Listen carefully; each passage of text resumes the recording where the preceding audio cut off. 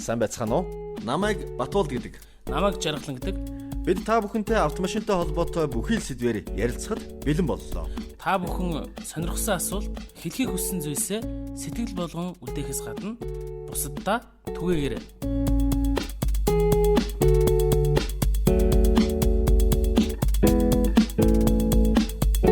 Автхийн подкаст өнөөдрийн шинэхэн дугаараа эхэлж байна. Тэгэхээр өнөөдөр бас сонирхолтой зочдтой подкаст залуучууд сонсогч та бүхэндээ бас хүрэхээр бэлтгэгдэж байна. Тэгээ өнөөдрийн подкастыг хамтран хөтлөгч Жаргалан. Тэгэхээр Жаргалан маань бас өнөөдрийнхөө зочдыг танилцуулъя. За өнөөдөр манай Автохим компани дээр онцгой байдлын ерөнхий газрын харьяа үндэсний аврах бригадын агарын ажиллагааны салбарын захирагч хошууч Гансүх мөн агарын ажиллагааны салбарын бүлгийн дарга Ахмад Батсүмбэр нар хүрэлцэн ирсэн байна. Сайн байцгаана уу залуучуудаа. Сайн байцгаана. За тэгэхээр түрүүн би хэлсэн их сонирхолтой зочид ер нь сонирхолтой яриа өрнөх болов уу гэж бодож байна. Тэгэхээр ямар ч үсэн онцгой байдлын ерөнхий газрын одоо төлөөлж зочд маань ирсэн учраас зочд маань ихлээд сая бол товчхон танилцуулчлаа шүү дээ. Яг албан тушаал гэдэг утгаар нь зочд маань өөрсдийг бас дэлгэрэнгүй танилцуулъя те. За та бүхэнд энэ өдрийн мэнд хүргэе. Би энэ онцгой байдлын ерөнхий газрын харьяа үндэсний аврах бригадын агарын ажиллагааны салбарын захирагч хошууч Ганс гэж хүн байгаамаа. За би энэ албанд одоо онцгой байдлын албанд 1998 оноос хойш үр гүйцэтгэж одоо хүртэл ажиллаж байна. Яг энэ алба бол үнэхээр миний хувьд бол их бахархалтай одоо яг миний одоо амьдралын тал хугацаа минь одоо 10 жилээс 2 хуваах юм бол миний тал хугацаа минь одоо энэ албанд юм явагдаж байгаамаа. За Батсүмбэрийн хувьд. За би одоо энэ онцгой байдлын албанд одоо 11 дэх жилдээ ажиллаж байна. Яг энэ шүхэрчин агараас ирээ аврах ажиллагааны чиглэлээр одоо 11 дэх жилдээ үр гүйцэтгэж байгаа. Тэгэхээр онцгой байдлын ерөнхий газар онцгой байдал гэхээр л манай залуучууд бол их бахархдаг л да. Бүгд л одоо яг дандаа энэ хүнд хэцүү аврах ажиллагаанд явдаг гэж ойлгодог. Тэгэхээр онцгой байдал өнөөдөр яг энэ агаараас аврах ажиллагаа гэж байгаа тийм. Тэгэхээр би бол бас анх сонсож байна. Залуучууд болохоор шууд л одоо яг нөгөө нэг гал унтраахын гэдэг аврах ажиллагаа усанд одоо хүн живлээч гэдэг юм уу иймэрхүү зүйлүүд дээр л гэж боддог байх. Онцгой байдлын ерөнхий газрыг ерөнхийд нь одоо яг ямар салбарууд энэ хуваагддаг юм бэ? Онцгой байдлын байгууллагууд бол дотроо бол үндсэндээ бол 3 байгууллага бол нийлж одоо онцгой байдал байг үүсгэсэн. Нэгт нь болохоор улсын иргэний хамгаалтын газар, галт өмөртөө дэмжих газар, улсын нөөцийн газар гэж 3 байгууллага нийлснээс одоо онцгой байдлын хөгжил бол эхэлсэн. Анх бол энэ дотроо болохоор онцгой байдлаас одоо яг 10 аврын туслах агараас эрен хайх аврах ажиллагаа болон одоо уснаас эрен хайх аврах ажиллагаанд бол яг одоо энэ залуучууд маань болохоор яг хиймч аврагч, усч аврагч, хурч аврагч, галш нөгч тэгээ жолооч гэсэн төрлүүд сабарчин гэсэн төрлүүдээр бас хуваагдаж ажилладаг байна. Тэгэхээр бас олон төрлөд хуваагдаад явчих нь байна. Тэгэхээр энэ ер нь өдөр тутмын ажил түрүүн бид бас энэ подкастын өмнө ярилцчихсан л да. Өдөр тутмын ажлуудаа бол одоо жилээр төлөвлөгөө гаргаад сараар өдрөөрч гэдэг юм ингээд хийгдэж явдгаа гэж байна. Нууц биш бол ажлын одоо тэр явц өдөр тутмын явц бас жоохон задлаад ярив те. За ер нь бол өглөө орнол ээлж хүлээж аваад 2 бүлэг бол ээлж хүлээж аваад зогш шатны дарнараасаа үүргээ аваад тэгээд ер нь бол 45 минут дотор бэлэн байдалд орох хэвээр. Тэр нь бол ямар учиртайг бол багж хэрэглэл одоо үр гүйцэтгэх багж хэрэгслээ шалгах тий дараагийн ээлжнээс хүлээж аваад шалгаад дараагийн 24 цагт үр гүйцэтгэхэд одоо яг нийлэхэд бол бэлэн байна уу бэлэн бос уу гэдгийг шалгаж үздэг байхгүй. Тэрний дараа болохоор өдөр тутмын дасгал сургууль. Өдөр тутмын дасгал сургууль гэдэг нь бүлгийн дарга нар нь өдөр тутмын дасгал сургуулийн төлөвлөгөө гаргаад 11 цагт нь одоо ямар хичээл орох юм те. Одоо жишээл өнөөдөр улирлаараа байдаг хөө. Одоо ойрын төмрийн улирал эхэлсэн бол ойрын төмрийн чиглэлээ. Зуны үед одоо хур бороо ихтэй бол үер усны хичээл сургалт. За хавар намар болоод ирэхээр бас ойрын төмөр хуурилтын улирал ирэхэл ойрын төмөр төлхөө орно. За өвөл халдраа гуулгаа эхлээд ирэхэл автын осол. Тэр талын хичээлүүд. Тэгээ хавар намар хоёр бас нэг улирлын чанартай байдаг л өндрийн аврах ажиллагааны хичээл сургалтыг түлхүү оруулдаг байхгүй. Тэр нь бол болохоор яг яагаад гэвэл тэр тухайн аврагчийг өнөөдөр сэтгэл зүйн бэлтгэлээр хичээлээр одоо яг үндсэн үүргийнхэн дагуу одоо яг энэ аврагч маань өнөөдөр яг ямар үүрэг гүйцэтгэх юм бэ? Одоо эхний аврагч нь яг яах ёстой, жолооч нь яах ёстой гэдгийг яг тухайн өдөр бүртээ тодтогч өгдөг. Одоо зүгээр ээлжүүлж яг жишээ гэхэл ярихад бол ээлж хүлээж аваад одоо нэгдүгээр зэрэгэн дээр хин гарах юм. Хоёрдугаар зэрэг дээр хин гарах юм. Энийг өгдөр тутмын дасгал сургуулийнх дээр бүх юм дээр тодтогч өгдөг. Дараад нь химийн баг зэрэглэлийг хэн хүлээж авах юм. Тэ химийн осол болвол хэн хүлээж авах баг зэрэглэлийг хариуцж авах юм. Автын осол бол ямар баг зэрэглэлийг хэн хүлээж авах юм. Өндрийн аврах ажиллагааны баг зэрэглэлийг хэн хүлээж авах юм. Бүх юм томилгоогоор өдөр тутмын явагддаг. Түрүүн ярьжсэн шүү дээ. Ээлжээр одоо мэдээж гарч байгаа. Тэгэхээр 72 цаг амардаг. Ээлж хүлээлцтэй 72 цаг амардаг. Энэ хугацаанд бол ерөөсөө утас унтраах хэрэг байхгүй гэл ингээд ярьжсэн тий. Тэгэхээр 72 цаг гэхээр одоо нийтдээ 3 ээлж байна гэсэн үг үү?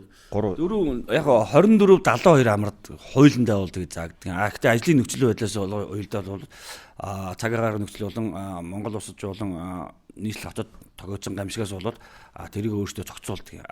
Бас ээлжийн амралтаа усуудаар бас гэж ээлжийн амралтын үед нь бол амралтын нөгөөд 72 цагийн үед бол утас унтрах ямар ирэх байхгүй. Онцгой хөдлийн албаагчийн ямар ч эрх зүйн актанд тийм юу бол байхгүй. Утасны бэлэн байдал гэдэг бол ерөөсөө дэд зэрэгээр хангаж байгаа хэрэгтэй. Ягаад гэвэл онцгой хөдлийн албаагч нар бол дуудсан цагт тогтоосон газар яаралтай хамгийн дөрөв үүрэг гүйцэтгэд бэлэн байх хэрэгтэй. Түрүүр нөө 72 цагийн дотор бүгд одоо утас нээлттэй байх хэрэгтэй гэхээр би бас нэг ээлжийн амралт бодож исэн байхгүй. Яг ээлжийн амралтын үед яа тийм бас дуудах уу? Ээлжийн амралтын үед хэрвээ одоо ингээд чинь Монгол улсын хэмжээнд одоо жишээлбэл үүсэн цагийн байдлаас өнөөдөр ой 90 төмөр ингээд дэлгэрээд томоо хэмжээ нутаг дэвсгэр хамрах юм бол ээлжийн амралтаа байгаа усууд татан оролцоолно. Ээлжийн амралтын одоо дуусахгүйгээр одоо 20 онсон болвол тий дараагийн 10 хоногийн дараад нь бодож өгөхөөр татан оролцуулна. Ягаад гэвэл энэ онцгой хөдлийн албан агч нарын ажлын байрны тодорхойлт болон үндсэн тангарагт нь байдаг байхгүй. Тэгэхээр бас ер нь бол бүгд л бэлэн байдалтай байна гэсэн үг. Ер нь ямар одоо мэрэгжлийн ямар сургууль төгссөн ямар шалгуур хангасан ийм хүмүүс ер нь одоо энэ онцгой байдалд ажилладаг юм бэ? За Батцанбүрийн хувьд ямар сургууль төгссөн ямар мэрэгжилтэй юм бэ? За ерөнхийдөө онцгой хөдлийн албанд болохоор одоо нэгдүгürt одоо нэг хуулийн хариуцлага хүлээх хэрэгтэй. Би одоо 18 наснд төрсэн тий. Тийм эргэн хүн байх хэрэгтэй. Тэгээд дээрэс нь одоо сүүлийн үед тавьж байгаа шаардлага гэх юм бол одоо төрийн албаны шаардлага байгаа шүү дээ. Зэрэг алба хаасан байх хэрэгтэй.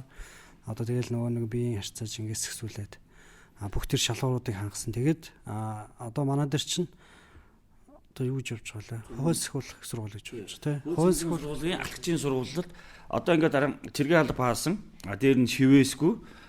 Тэгээ бие харьцаа пропоз нь бол яг хэвээ. Одоо нэг пропоз гэхээр чи нэг тарган биш тий. Нэг одоо турангаа биш. Тэгээд яг л нэг стандарт заасан. Тэр усудаа одоо манайхан ч одоо яг бүртгэж аваад онцгой хөдлийн албанд орох сонирхолтой гэвэл одоо өргөдлийн одоо бүх авдаг төрийн албанд одоо ордог бүх юм аваад хууль сахиулгын сургууль алхагчийн сургууль 3 сараар бэлдэнэ. Яагаад гэвэл энэ усуудын минь дөнгөж орж ирэнгүүтээ шууд гал руу оруулж болохгүй. Шууд галын автомашин ч юм уу аврахын ажиллагааны автомашиныг бол бариулж болдгоо байхгүй юу. Тэгэхээр сургадаг. 3 сар сургаад төгссний дараа анги байгууллагад нь хуваарлана. Тэр анги байгууллага хуваарлахад нь одоо жинхэнэ одоо яг нэг нь бол гэхэд бол тангараг өргөөд одоо амь насын одоо тавих хэмжээний шахуу юм болдог байхгүй юу. Тэгэхээр онцгой хөдлийн албанд одоо 3 сар сурч ичээд хүүхдэнд бүгдийг сурлаа гэж боддог байхгүй юу. Ирээд томилж ирээд яг ослын газар гамшигын голомт нь үүрэг гүйцэхэхтэй яг практик дээр ярих нөгөө онл практик хоёр нийлжиж юм болох хэрэгтэй байхгүй. Тэгжиж хүний амнаас эрүүл мэндийг аврах үйл ажиллагаа явагдах хэрэгтэй. Манайхан чингдэг штэ залуучууд одоо хавар намар цэрэг татлага боллоо. Цэрэг татлагаас залуучууд их зугтдаг. Зарим үед одоо нэг кино гарахаар л нэг хаяа ирчимждэг ч байдаг юм уу. Ер нь бол залуучууд цэрэг татлагаас цэргээс жоохон зугтай хандлагатай байдаг. Тэгээд цэргээс зугтай хандлагатай байхад яг одоо жишээлбэл энэ цагдаа цэрэг дээрэс нь одоо энэ онцгой байдал. Онцгойгийнхан бол бүр илүү одоо эрсдэлтэй юм үүрэг хүлээж ажиллаж байгаа юм улсууд. Тэр энэ шиг орох залуучдын хүсэл эрмэлзэл ер нь сонирхол ер нь хэрэг гэдэг юм бэ. За энэ жишээн дээр бол яг нэг нь болохоор сая арцтай аманд гарсан төмөр дээр ингээл би очиж ахалж ажиллаж байсан.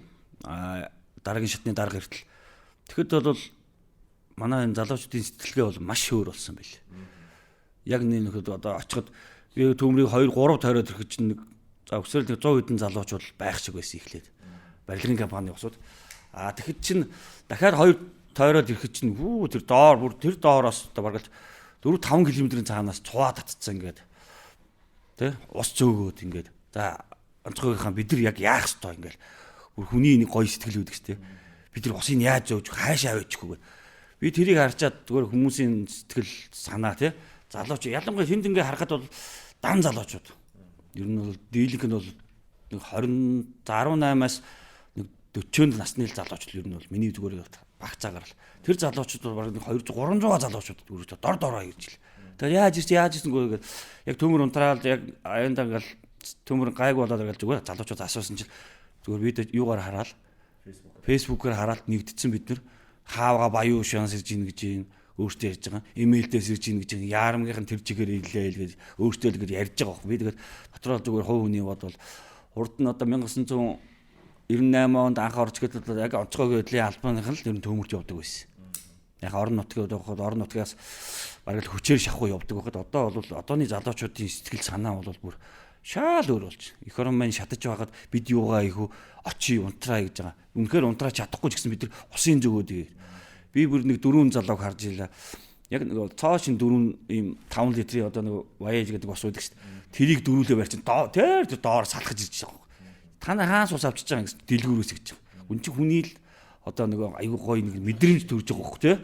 Өөрт нь нэр манайхан чинь нэр их гой болчихъя гэл. Би тэр жишээн дээр харахад яг залуучууд бол үнэхээр эх оронч сэтгэлгээ бас маш их гой болж одоо аливаа нэгэн ойрын төмөрч бай одоо аливаа нэг юм болохоор чаас онцгойн дандаа ингэдэг ингэж ярина гэдэг чинь бидний ажил олонд үнэлэгдэж байна л гэсэн үг байхгүй яг нэлээд бол. Гэхдээ яг онцгой хөдлийн албанд одоо орын мэдээ яаж орох уу гэд хүмүүс үнэхээр асуудаг юм. Яг нэлээд яг л одоо төрийн албанд ямар шаардлага тавьсан. Тийм шаардлагатай босвол онцгой хөдлөө. Ягаад гэвэл онцгой хөдлийн ямар ороод тэр харуул хийдэггүй байхгүй. Одоо юу гэдгийг ажлыг ингээд одоо яг амарч хэлбэр гэж. Аливаа нэгэн ажил чинь нэг ихээс төрхтэй хүм болгон мэддэг төрдөг шүү дээ. Сурна мэднэ те чадна сүултээ. Тэгээд дадлага чинь туршлага чинь тэгжиж өнөөдөр манайхаас одоо 3 4 гавь төрлөө шүү дээ. Одоо яг нээлгээд бол аврагч нараас одоо сая ихний Батцанбүрээс мэрэгжлийн юу асуусан. Ихний ганц үхэн хувьд болохоор Батламалгын их сургууль Оросд МЧС төгссөн. Тэгэхээр миний асуух гэдэг юм юу гэхээр МЧС-ийг яг энэ хүчний байгууллагын ярьчлаа шүү. Яг аль бисний нэршил биш. Хүчний байгууллагынхан МЧС-ийг их одоо онцгойлж ярьдаг. Яагаад? Энэ МЧС-ийг гоё танилцуулаач. Ямар ч юм. За миний хувьд бол 1998 онд хурчин аврагчийн дамжиг дүүргээд дараад нь Батлан амгалгын сургуулийн бакалавр ангийг ардлаар төгсөөд дараад нь энэ удирдлагын академиг 2012 онд одоо энэ жаргалантай төгсөөд тэгээ 2015 онд Оросын улманы улсын актив гражданский защиты гэдэг АГЗ гэдэг товшилж ядгийн эмчээс Оросын одоо онцгой хөдлийн яам гэсэн. Тэдний олон улсын магистрийн сургуулийг төгссөн. Тэнд сургууль болохоор ер нь бол нэг их зовлон үзсэн ч гэх юм уу их том газар нутагтаа улс орнд чинь нэг эмчээс ихээр хүмүүс нь айгүй гоё их санагддаг юм байлээ. Би яагаад гэвэл очиж өөрөө ч ингээ онцгой хөдлийн цовоо явж байгаа цагдаа нүртэл ёсоо зогсож идэг байхгүй. Айгүй нэг одоо нэгсэнтэй яагаад тэгдэг юм болоо гэж боддог байхгүй. Биний зүгээр бодол ч тий. Зүгээр л яг манай даймаар ингээд заавал хийх албагүй л. Тэгэхэд зүгээр нэг замын цагдаа яг манай сургуулийн хүртэл яг дэмчээснийх ингээд ялцдаг. Манай баатрууд явж штэ л гэдэг юм лээ. Манай баатрууд явж штэ. Ганц удаа ёслоход надад бол тийм юм. Миний үүрэг штэ л гэдэг. Тэгэхээр би энийг айгүй гоё хийж хүчний байгууллагад хүндэлдэг. Тэр их хүндлийг хүлээсэн салбарын сургуульд сурсан байх нь тий. Ер нь бол нөгөө миний хэлдгэр суперменүүд гэсэн ч тий. Тэр салбарын сургуулийн төгсөөд яг энэ нөхөд ирээд их одоо нэгөөсөндөө нөгөө хүн чинь ингэж бодж ирдэг юм шүү дээ. За яг тэр газар чи үзсэхээр бас өөрийнхөө их оронд те нэг ийм болгочихсон. Энийг ийм гарцсан ингэ олчихсан гэж. Энэ нөлгөд яг Улаанбаатар төгсөөс огсож явахдаа мөтгөл манай оронд одоо орон орны офицерууд иж сурдаг болно доо гэж бодож байсан би яг нэлээд бол мөтгөн. Одоо манай орны одоо тэр сурж байгаа оронд нөгөө эмчээсийн өмжүүлэнг бол одоо олон орныход эсэнгийн хуучны эсэнгийн орны офицерууд ирж төгсдөг байхгүй Тажикстан, Казахстан ч юм уу те Латв, Литв ч юм уу те тэд нар ингээд зогсож хагаад яг Толгой Моронбаа гэдэг аваа зогсож байхдаа дотроо зүгээр хувь үнийг л бодлоохгүй. Мөдгөн манай Монголд манай Улаанбаатар Чингисийн Талбаатар ингээд олон орны аврагч нар те ирээд төгсөж явах олон доо гэж дотроо бодож л байсан яг нэлээд. Тэр бас сайхан мөрөөдөл байна. Энэ бол бас удахгүй биелэх болов гэж бодож байна. Тэгээд сая бас ярьж л да манай залуучууд их тийм манай залуучуудын одоо сэтгэлгээ их өөр болсон гэж байна. Сая тэр арцтай хамт гарсан гал дээр бол гал төмөр дээр би бас нэг нэвтрүүлэг үзчихсэн. Гадны одоо Монгол зурдаг оюутнууд ганц 2 оюутан гадны одоо залуучууд хүртэл очиж унтраалдсан гэсэн нэвтрүүлэг хүртэл гарч ирсэн. За тэгээд манай автхим подкастад бол одоо замын цагдаагийнхан заавас одоо Pajero клубийнхан гэл одоо олон салбарын төлөөллүүд байгаа. Ягаад би бас энэ Pajero клубийнхныг онцлоод нэхэр Pajero клубийнхан бас онцгой байдлынхантай бас хамтарч ажилладаг юм шиг байгаа. Саяны тэр аврах ажиллагаа ер нь бусад одоо энэ олон юм дээр хамтарч ажилладаг тэрийн ч бас ингээ харж идэг. Тэгэхээр энэ машин техник тэр бол мэдээж Pajero клуб бол одоо янз бүрийн бас нэг тодорхой хэмжээний бэрхийг туулах одоо машин техникээрээ бас тусалдаг иймэрхүү үйл ажиллагаа явуулдаг. Энэ байдал дээр энэ ер нь залуучуудтай яаж хамтарч ажилладаг юм бэ? Гэхдээ яг асуултын хувьд бол өмнө нь жишээ нь Pajero клубийнхан манад орсон Болор Батлаг гэдэг хоёр залуу. Тэр хоёр ярьж байгаа бол бид туслахад бэлэн байдаг. Тэгээ залуучууд бол туслахад бэлэн байдаг. Сая ус ганц хүмүүс хэлсэн очиход усууд нэг л мэдхэд бараг 5 гаруй километр газар цовцсон байсан нэг хүний одоо метрийн зайтай ч юм. Тэр ийм тохиолдолд яг Pajero клубийнхантай хамтарч ажилладаг юм байна. Нэг өөр улсууд ингээм хамтарч ажиллахад хэр нээлттэй байдаг вэ гэсэн санаа юу? Саяны төмөр дээр бол яалтч бол их олон клубуд ирсэн. Одоо тэр засгийн газрын хэрэглэлийн нарийн бичгийн дарга уулын баяр хүргээд гисэн клубуд маш олон Pajero клуб байсан. Өөр чинь зөндөө олон клубуд ирсэн.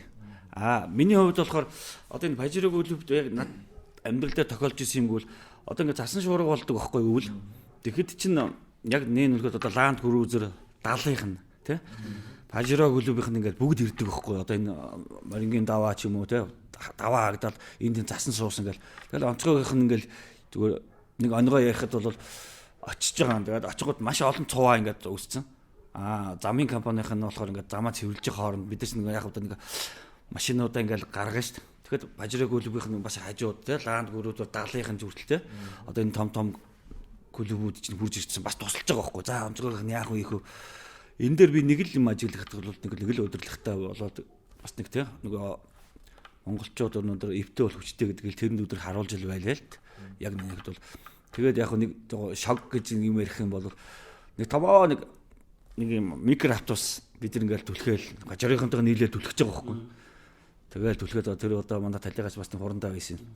Түлхээл ингээл гарддаг юусэн доотлын ухаад гарддаг.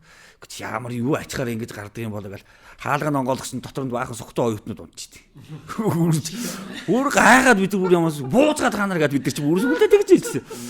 Тэгээ тэр үуч нөгөө Pajero клуб бид нар чи нөгөө амьдал нөгөө замын урсгалын хэвийн болгоод хүний амнаас эрүүл мэнд одоо нөгөө даарч хөлчгүүдээ бас энэ чи нөгөө халаасаар байгаад бензин дуусчихгүй гэдэг ч юм уу те.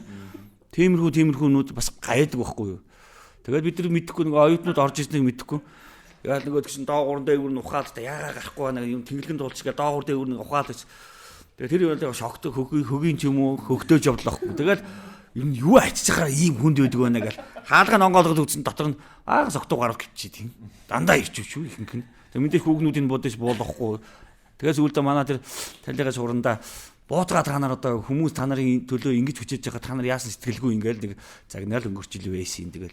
Тэгтээ яг нэг тэр Pajero клуб туулах чадвартай машины юмуд бол их тус болдог шүү юм бол аливаа нэг намаг шуудсан гал ингээд дуулгад ингээл ингэхэд бол Pajero-ийн ч юм уу тийм 70-ын одоо миний одоо яг байдаг мэддэг одоо тийм манай нэг найз бас нэг 70 клубт ажилладаг юм.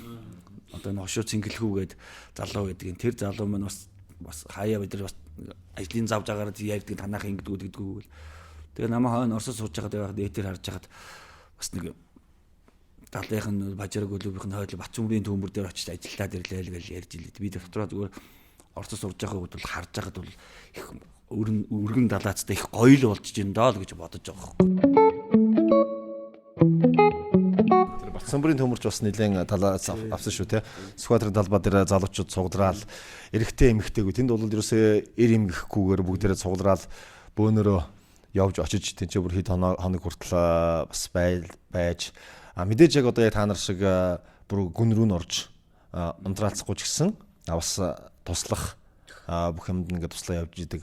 Тэр хүмүүс ярьж хахад ингэжсэн л да. Яг бүр ингээд гал унтраах юм дээр бол амар юм байлээ. Жишээлбэл гал унтраах ажил дээр бид нар бол ороод унтрааж чадахгүй юм байлээ. Бид нар бол зүгээр үнэхээр зүгээр туслахаас өөр арга байдгүй юм байлээ л гэж бас хэлдэг юм байлээ л дээ. Дараа давхиж ороод тэгээ жоохон байж буцаж гарч та нар зүгээр гэж асуучаад буцаж ороод ирнэ гэдэг та хэдэг. Энэ түрүүний яран дээрээс дамжид над нэг асуулт байгаа нь та хэдийн өдөр тутам хэрэгжилж байгаа техник тоног төхөөрөмж юу вэ? Яг автомашин сүүлд ярихад нөгөө агаараас гэж яриад байгаа ш та хэдих. Тэгээд агаар гэдэгтээ бас нөгөө дрон энтерос ашиглаад байгаа шиг л. Яг энэ техник хангамжуудын талаар автомашинаас нь эхлээ яриач. За ерөнхийдөө бол онцгой байдлын алба бол за яг хуу миний хувьд бол одоо иргэний хамгаалалт байгаас нь эхлээд ажиллаж ил байлаа. Тэгээд одоо энэ үйлхэд бол одоо 2000 оны 1999 онд ч одоо яг нэг зүгээр нэг дөрөв үний завтай. Тэгээд энэ хувцснаар бол жоохон хэцүү байсан шүү дээ. Одоо бол одоо яг одооны үеийн одоо Бадрал дарга одоо энэ үеийн Дулмдор дарга дэрийн одоо энэ Амланбаяр дарга дэрийн үеүүд нэг шат ахаад байгаа байхгүй юу? Одоо яг багц хэрэгслийн хувьд бол одоо манай дараа нар ингэж дээ юу ямар бодлого урьж байгаа нэг олон улсад гүүр гүйцэх чадамжтай байлгүй манай аварч нар багц нөө байна. Үнэн чадвартай байна. Одоо тэгээ хамгийн гол нь одоо олон улсын эмчээсийн чинь нэг үүрэг аваад одоо юу гэдэг түүрхэд гамшиг боллоо гэж цунами ч юм уу одоо хаан ч Японд боллоо гэд эмчээсийн нь шууд онгоцон цугаад парга хөөрчдөг. Бүх багцнууд нь бэлэн байдалд байждаг. Онгоцон дотор одоо машин дотор яг одоо онгоцон тушаал авал онгоцон мэдээж нийслэгийн талбайдаар одоо үүргээ үүсгээд машинууд нь одоо цувж ороод машинтайгаа шууд ороод тэгээ уртлын нэг юу лүкнүүд нонгоол пад машинтайгаа ороод гүүр. Би бас миний мөрөөдөл бас яг тэр үед өгөхгүй юу. Яг нэг одоо ажиллаж байгаа үедээ бас нэг манай аврагч нар олон улсын аврах ажиллагаанд явах байсан гэж. Манай аврагч нар бол Японд бас нэг цунами болоход бас үүрэг гүйцэж ирсэн байхгүй юу. Тэгэхээр одоо манайх олон улсын гэрчлэгээтэй бүр данстаад тий. За одоо нэг судаанд одоо инхи сахиулгчнаар чинь асуудалгүй яваад байгаа шүү дээ. Одоо Афган хүмүүс яг тэр шиг манайхан чинь одоо бүр олон улсын мандаттай ч юм уу тий. Тэгээд тэд нар бүр чадварлаа ерөөсөө элитийн батальон шиг л тийм усуудыг би мөрөдөд. Баг зэрэгслийн хувьд бол одоо нэг Лукас гээл одоо Алматра дээр бол байна. Одоо яг одоо BDD-ийн аврагч нарын хариуцдаг багш нар бол нэг аврагчлаганд тасдаг ирдэг. Манай одоо нэгсдэггүй хөрөмж дрон байгаа тий. Өөр одоо шүхүр мөхөр одоо эвэл 16 18 гээл шүхрүүд байгаа. Тэгэл яг бензин тусаар ажилладаг гэд яг тэр талаасаа гэх юм бол одоо манад бол хотолтой болохоор яг нэг Starex гэд солонгосын машин. Яагаад гэвэл тэр нь болохоор маневр сайтай. Хөдөө орон нутг жоохон уул барта цамтайг бол туулах чадвартай машин ураал одоо Viper ч юм уу тий, Forgon ч юм уу тий. Samsung-тэй Forgon Viper гэдэг тий. Тиймэрхүү машиныг манайх хэрэгжилж байгаа. Гэхдээ ер нь ингээд юм дэших тусам юм голгодно гэж юм байдаг байхгүй юу. Тэгэл одоо жишээлбэл ингээд хараад бид нөгөө доторд боддог ингээд хараад хаад хотын төвөр нь бол 80 байхаа болчиход байгаа байхгүй. 80 машин тийм ээ. Ланд 80. Гөө юу 80-аар явдаг. Бензиний хувьд. Тэгэхээр би одоо тэгээ Forgo өдрийг бол бас ингэж хасч болохгүй. Яагаад гэвэл бас ойрын дөмөр ч юм уу те тоглох чадвартай бас хүнийг суулгаа хүмүүсээ ачаад яваадах бас байх хэрэгтэй. Иймэрхүү юм уу техниктэй. Тэгээд манай энэ найзын юу болохоор бас автохим те машин дэргийг бас автотехник машины үйлчлэг хийн, онцлогоо хийн. Энэ дээр бол бидэд бол маш их хамтарч ажиллахыг хүсэж байгаа. Яг нэлээд бол тэгээд одоо ядаж өнөөдөр манай жолооч нар маань одоо аюулгүй тээвэр унах хэрэгтэй байхгүй тий. Аюулгүй тээвэр. Одоо нэгсэнтэй нэг хаягнаас нөгөө хаяг руу бид чинь ингэ шилжиж явдаг болохоор тушаалаар явна шүү дээ. Одоо нэг газар төмөр унтрааж байгаа л тэр нь арай гайгүй болонгууд дараагийн төмөр рүү явах ч юм уу. Дараагийн ослын хаяг ирлээ гэж бодоход явхад тэр машин техник юм байна. Бүрэн чадлаараа ажиллаж явах шүү дээ. Тэ?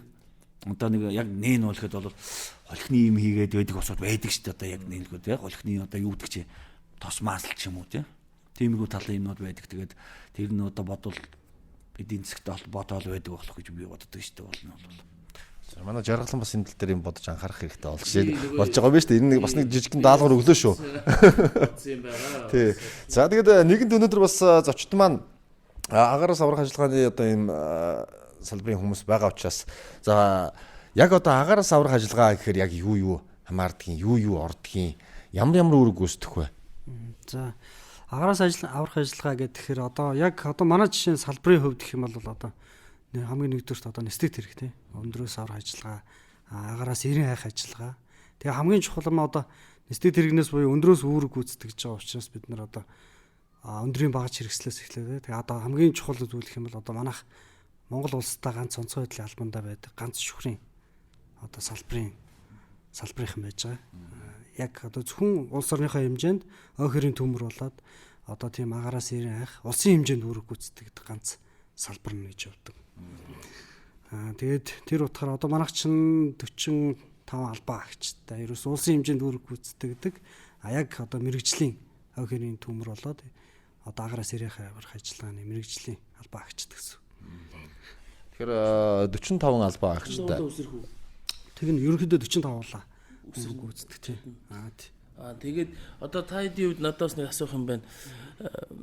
Тэдүүдээ үсэрсэн гэж явах уу эсвэл агаарч шунгасан цагт тэд гэж явдаг юм яаж явдаг? Яг одоо жишээ нь онгоцноос үсрээд шүхрээ задлаад газарт буусан тохиолдолд тэнийг одоо нэг буулт гэдэг тийм буултаар тоолж явдаг тийм. Одоо өөрийнхөө буусан тоогоороо тоолж явдаг гэсэн.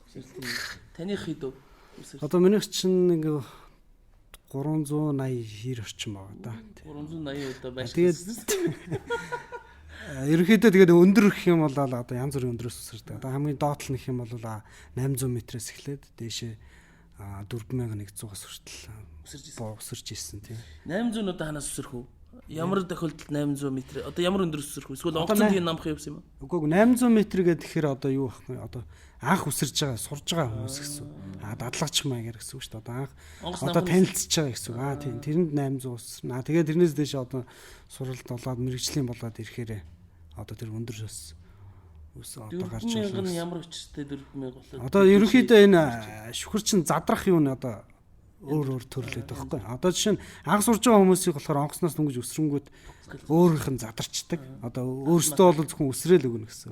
Тэгээд туршлагажаад ирэхээр одоо хүн онгоцноос үсрээд өөрөө нөгөө чөлөө туналт хийж явна гэсэн. Шүхрээ задлахгүйгээр. Тэр нөгөө нэг заагдсан өндөр хүртэл одоо 4100-аас гарлаа гэхэд би 1200 м шүхрээ задлана гэхээр 2900 м-ийн өндрийг би чөлөө туналт хийж туулах тийм чадвартай болоод ирэхээр одоо өндөр авч эхэлдэг гэсэн. Манай Батцамбарын хувьд бол манай Монгол улсын шүхрийн шигшээ багийн тамирчин. Тэр тэгээд одоо шигшээ баг гэхээр юунд оролцдог баг уу? Тэмцээн. Олон улсын тэмцээн одоо үзүүлэх тоглолт бүх юмд оролцдог. Спортын мастер залуу байна. Тэгээд одоо нөгөө спортын хувьд бол олимп гэж байдаг. Шүхрийн спортын хувьд бол хамгийн мундаг тэмцээн аль улсын хаанхын ямар тэмцээн байдгүй. Одоо ерөнхийдөө Азийн аваргын тэмцээн гэж байгаа. Дэлхийн аварга гэж бас байдаг. Тий. Одоо хамгийн том тэмцээнүүд гэх юм бол ерөнхийдөө дэлхийн аварга, тэгээд Азийн аварга гэж явж байгаа. Тэгээд одоо яах вэ? Үсрээд хамгийн өндөрөөс үсэрснээрээ мундаг байх уу? Эсвэл юу гэдэг үзүүлэлт юу байдаг? Гэхдээ энэ шүхрийн спорт чинь дотор аягүй олон төрөлтэй. Одоо тэр ямар төрөлдөнд голчлоо? Яг одоо манай Монгол улсын хэмжээнд гэх юм бол яг тэр цэг тоналт гэж ярьдаг. Яг цэг дээр онж боо. Тийм. Одоо нэг жижигхэн одоо юу шилхэндээ нэг санжийн нэг жижигхэн тэр нэг цэг дээр одоо бие чи аль нэг хэсэг гэж байгаа. Яг ерөнхийдөө. Гэхдээ хөл ерөнхийдөө хамгийн дөрөв хүрнэ шүү дээ. Доорогоо эрэхтэн учраас тэрний хөл баруун уу зүүн хөлөө тэр нарийн хэмжээсээр тэр одоо тэр нэг санжийн тэр цагаан цэгийг 0 гэж аваад тэрнээс хэдэн сантиметр зайтай гიშгснээс шалтгаалаад тэр одоо шүүдэг тийм төрөл нь аж. Нэг санжийн цагаан цэг байх нь шүү дээ. Тийм. Тэрнийг л одоо 1200-аас гараад шүхрээ өдөрдөж тааруулж ирж буудаг тийм. Жоохоо юм аа. Тэр Гэхдээ тэр чинь нөгөө нэг санжийн цагаан цэгээ тойруулаад гэрийн хэмжээтэй радиус ч юм уу эсвэл одоо юу гэдэг тийм байгаа шүү дээ. Тэгээ анагч чи тэр хэвд ингээд холоос харж байгаа шүү дээ. Тэрээс нэг санжийнх бол агаар дээр сарагдах шүү дээ. тэгэхээр яг одоо ингээд ингэж л да. Жишээлбэл ингээд бичлэгүүд үздэг янз бүрийн одоо гадныхны ч үдэг юм уу, дотныхны ч үдэг юм уу ингээл шүхрээр унаал одоо чөлөөт уналт хийгээд агаар дээр янз бүрийн үзүүлэх тоглолтууд хийдэг. Ийм юмнууд ингээд харахаар одоо да ялангуяа эрэгтэй хүмүүсийн хувьд ч гэдэг юм нэг гой санагддаг л да. Ингэж үзхийнсэн. Магадгүй шүхрээ өсрөх ямар байдаг бол гэд нэгсэндөө тэрнийг мэдрэх талаас нь ингээд хүмүүс илүүтэйгээр боддог. Та нарын хувьд болохоор одоо яг тэмцээн уралдаанаас илүүтэйгээр одоо яг энэ ажиллаж байгаа салбар болохоор яг аврах, эрэ хайх одоо энэ ажиллагаа та байдаг. Тэгэхээр яг одоо тэр дөрвж хэлж байгаа 1 см-ийн цэг дээр онж бууна гэдэг шиг яг одоо аврах, эрэ хайх ажиллагаа чинь яг за тэнд одоо нөгөө очих ёстой байна. Тийшээ очих ёстой гэдэг нэгсэндээ бүр зоригтой болоод эхэлж шүү дээ. Бүр ажил болоод эхэлж шүү дээ, тий. Тэр энийгээр бас илүү ялгаатай байдаг болов гэж бодоод байна л да. Тий. Ерөнхийдөө манай шүгчдийн хувьд гэх юм бол жилдээ 2 удаагийн дадлага сургууль хийдэг. Одоо яагаад тэгэхээр хавар намрын хууршилттай үед нэг хөрийн төмөр ихсдэг, тий. Тэгээд тэр тухайн төмөр дээр яваад очиод ч одоо биднэрт бэлтцсэн талбай эсвэл тийм сайхан бэлтцсэн тал газар байхгүй шүү дээ. Тэгэл бид хэд чинь тооцоо номсноос тооцоо хийгээд тэр нэг жижигхэн уулын модны цоорх байна, тий. Одоо нэг хаашаашаа нэг 5 метртэй ч юм уу. Тэгээ тэн дээр очиж тий бид нар чинь үүрэг гүйцэтгэхийн тулд өөрсдөө бэлэн нэгдүгээрт ирүүл байх хэрэгтэй, тий. Тэгэхээр тэн дээр бид нар аюулгүй бууж ижил дараагийнхаа үүрэг гүйцэтгэх бэлэн байдлыг хангах учраас тэрэн дээр буухын тулд бид нар тэгж бэлтгэл хийж яаж одоо бэлтгэжээдэг гэсэн. Тий. Түүнээс ч зөвхөн одоо тэмцээн уралдааны хувьд ч биш, тий. Зөвхөн яг тэр үүрэг гүйцэтгэх тал дээр бэлэн байдлаа хангах, шүгчдийнхээ чадвартай байдлыг хангахын тулд тэр цэгийг тэгж олж бууж тэгж бэлтгэл хийдэг. Улсын хэмжээнд одоо энэ ажиллагааг явуулдаг гэж нийтдээ 45 албан агч байна гэж байна. Цаашдаа одоо энэ шүхүрчид одоо энэ албан агчдыг нэмэх тал дээр сургах тал дээр энэ ямар бодлого баримталж байгаа вэ? Энэ нь бол цаашдаа бол оронтой бүтэц зохион байгуулалтыг бол өргөхийн тулд онцгой хөдөлгөөний ерөнхий газраас бол бодлогын хэмжээнд бол авч хэрэгжүүлж байгаа. Яг үнэ. Тэгээд энэ цаашдаа агараас ирэн хайх, аврах анги гэдэг өргөжин тэлгээд орондоо бүтэц зохион байгуулалтаа одоо өргөжүүлэхийн тулд залуучуудыг одоо энэ шүхрийн спорт болон шүхрийн юг мэдрүүлэх хэрэгтэй. Ойлгуулах хэрэгтэй. Шүхэр гэдэг нь одоо ямар байх ёстой. Шүхрээр буусан хүн өнөөдөр ямар ач холбогдолтой гэдгийг л өнөөдөр ойлгуулах хэрэгтэй байхгүй.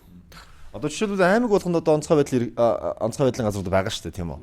Яг тэр шиг жишээлбэл агараас аврах ажиллагааных болохоор ерөөсөө одоо хотоддоо төвлөрж шүү дээ. Тэгээ магадгүй одоо хол баруун аймагт ч гэдэг юм нэг асуудал гарлаа. Тэгээ тийшээ одоо нисэх шаардлагатай болно. Тодорхой хугацаа өнгөрнө. Магадгүй одоо ирээдүйдээ одоо юу гэдгийг аймаг болгонд одоо юу гэдгийг энэ чиглэлээр нь бас байгуулагч байдаг юм, аймагтаач байдаг юм уу, те? Ийм бол холуул гэж бас бодоод байна л да. Ерөнхийдөө ийм баггүй. Одоо жишээ нь манайх одоо 45 албан агчтай гэж байна, те? Мэргэжлийн албан агчтай. Гэхдээ одоо жишээ нь аймаг болгон дээр тэр онцгой байдлын байгууллага байгаа. Тэд нар үүрэг гүйцэтгэх нь одоо жишээ нь тэр аймгийн тэр суманд одоо төмөр гарлаа гэхэд тэднийх үүргээ гүйцэтгэж байна. Одоо хэдэн албан агч чи очиод үүрэг гүйцэтгээд тэгээд тэдний одоо жишээ нь хүч боломжоос одоо давсан тохиолдолд манахаас нэмэлт хүчээр буюу одоо манайхаар мэрэгжлийн чиглэлээр хангадаг баг, үүргээр хангана гэсэн үг. Түүнээс биш яг 45 үнэл энэ тэнд очиод үүрэг гүйцэтгээд яваад байна гэсэн үг. Манайх ч хамгаалал нь яг мэрэгжлийн байгууллага учраас одоо тэнд байгаа албан агчдаг болоод дайчлагдсан иргэдийг яг мэрэгжлийн одоо чиглэлээр нь хангах тийм үүрэгтэй гэсэн. Одоо яг үндсэндээ бол тухайн орон нутгийн аймагуд төлөө үүргээ гүйцэтгэнэ. Хэрвээ тэр аймагаас нь давсан төгөөд одоо нэгээс нь нэмэлт дагав те манайхан очиж үүрэг гүйцэх мэрэгжлийн удирдлагаар хангаж одоо яг нэсэндээ нэмэлтээр очиж одоо яг харуулах бол илүүдүүд л очино гэсэн үг шүү дээ. Илүүдүүд одоо тийм байна тий. Бид нар эртээ тусна нэг замын цэгтийнхэнтэй ярилцж байхад ийм ярьж ирсэн юм л да. Автобус гардаг. Зам тээврийн автобус гардаг. Тэгээ тэр автобус гарч байхад тэнд одоо ингээд мэдээж автобус гаргаа хүн гэмтсэн байдаг. Нэг хүн бүр ингээд одоо нас орцсон байсан, эвгүй болцсон байсан. Тэгээд нөгөө нэг ойр дотны хүмүүс ирсэн болохоор хилж чадахгүй. Бид нар бол ингээд замын цэгтэнээр болохоор ингээд тусалж чадахгүй. Одоо нэгсэндээ тэрэнд бол хөрх ирэх байхгүй. Заавал одоо онцгойгийнхан эсвэл одоо нөгөө 103 төргнийхний хүлээдгээ. Тэгэд бол их эмзэглэж ийсэн гэж өөртөө бас ярьж ирсэн байхгүй. Онцгойгийнхан бол ер нь одоо анхны төргөн тусламж яг юу үзүүлдэг юм бэ? За ер нь бол зам тээврийн хосолтол бол нийслэлийн авархан 105-ын бүрэлдэхүүн бол нэгдүгээр засагт очиж ажилладаг. Зам тээвэр болон одоо үер ус бол бүх юм дээр очиж нийслэлийн онцгой байдлын газрын авархан бол нийслэлийг хамгаалах үүрэгт. За зам тээвэр дээр очлоо. Нийслэлийн авархан ингээ очиход одоо хавчуулагцсан дарагдсан янз бүрийн ил усуд очдөг. Замын цагдаач болон манай цагдаагийн бүрэлдэхүүн болгоор ослын газрын хамгаалтанд аваад үзлэг шалгалтаа хийгээл. Манайх болохоор тэр хүний хэрэг осолцсон нас орсон хүн бол эмнэлгийн байгууллагт шүүх шинжилгээний байгууллагт нөхлөөл гэж өгнө. Гэмтэж бэрцсэн бол манайх өөртөө 105 юутай эмчтэй ослын газар нэг номер очдог эмчтэй. Тэр эмчин маань одоо дараагийн шатны байгууллагт эмнэлэгт хүлээлгэж өгөх хүртэл тэр хүнд анхны тусламж үзүүлээд шаардлагатай тохиолдолд энэ хүн өнөөдөр маш шаардлагатай эмнэлгийн байгууллагт хүлээлгэж өгнө бол манайх тусдаа бас эмнэлгийн хэрэгтэй. Тэр хоёр 105 103 105 цуг явждаг. Цуг явахдаа эхлээд очиод аврагч нар үүрэг гүйцэтгэж хахад эмч очиж үзлэгээ. За энэ хүн маань нас урж юу эсвэл бол те яг юу гэмтсэн байна. Тэгэхгүй хамаагүй очиод одоо аврагч нар очиж шууд гаргана гэж байдгүй байхгүй юу. Ялангуяа тарих нуруу нугасны гэмтэлтэй хүн байх юм бол эмчийн хяналтанд доор гарах хэрэгтэй байхгүй.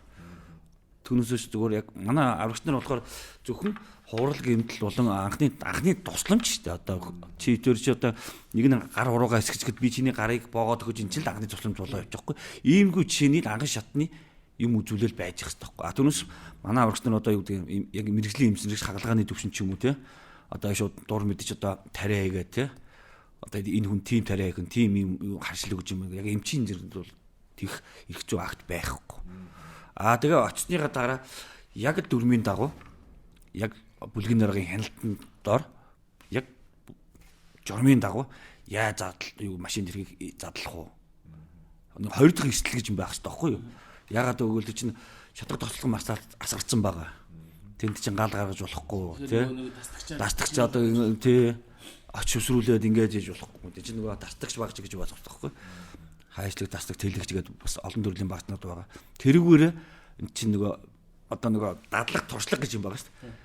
Том машин байвал юугаар нь хайжлах вэ? Томоор нь ажиллах уу, жижигээр нь ажиллах уу? Одоо зузаан материалтай машин байгаа шүү дээ. Одоо томоохон хов муу ч юм уу тий. Тэг чинь ингээд яаж яах вэ? Тэр нь хазаацсан байна уу? Яаж тогтоох уу гэдэг чинь одоо яг л аврагчийн хичээл дээр бүх юм орж байгаа шүү дээ. Тэрийг эзэмссэн аврагч бол очиод бүлгийн дарга бол цагийн байдлаа үнэлэл за тэр нь тийм байна, энэ нь юм байна гэж харсан бол тийм багж ажиллавал ийм багж ажиллавал гэдгийг бүлгийн дарга шийдвэр гаргачих хэрэгтэй. Тэгэхээр одоо аврах ажиллагаа гэж штэ. Тэгэнгүүт энэ дээр яг за би явж илаа. Одоо тэгсэн нэг биш би хүн аврах гээд байна. За би явж илаа. Тэгснэг над тусламж хэрэгтэй хүнд таарлаа. Тэгээ би одоо тусланаа. Мэдээж нөгөө мэрэгжлийн хүн бишээ. Тэгэхээр хамгийн анхан шатны ABC ч гэдэг юм уу те. За хүн аврахад хамгийн дөрөнд ингэсэн байх хэвээр, дараа нь ингэсэн байх хэвээр. Тэгээд мэрэгжлийн хүнээ хүлээнч гэдэг юм. Нэг тийм юм байдгүй иргэдэд одоо зөвлөхөд. За иргэд зөвлөхөд бол яг хэрвээ тийм осол гарвал энэ төрүн мэрэгжлийн байгууллага маш хурдан хандах хэрэгтэй. Мэдээлэл хэрэгтэй. Хэрвээ тухайн өмнө өөрөө эрүүл мэндийн чиглэлээр ч юм уу сурж байсан ч юм уу те. Одоо нэгэсэндээ анхны тусламж үзүүлэх тийм сургалтанд сууж исэн бол тэр хүнд одоо юу гэдэг юм те үзүүлж болно. Хэрвээ суугаагүй бол ягаад гэвэл хоёр дахь хүчин зүйл гэж бас байдаг байхгүй юу? Жишээлбэл зүгээр жишээлбэл одоо хөл нь уурцсан байлаа. Буруу боогоод тэр хүнийг эмнэлгийн байгууллага очдог.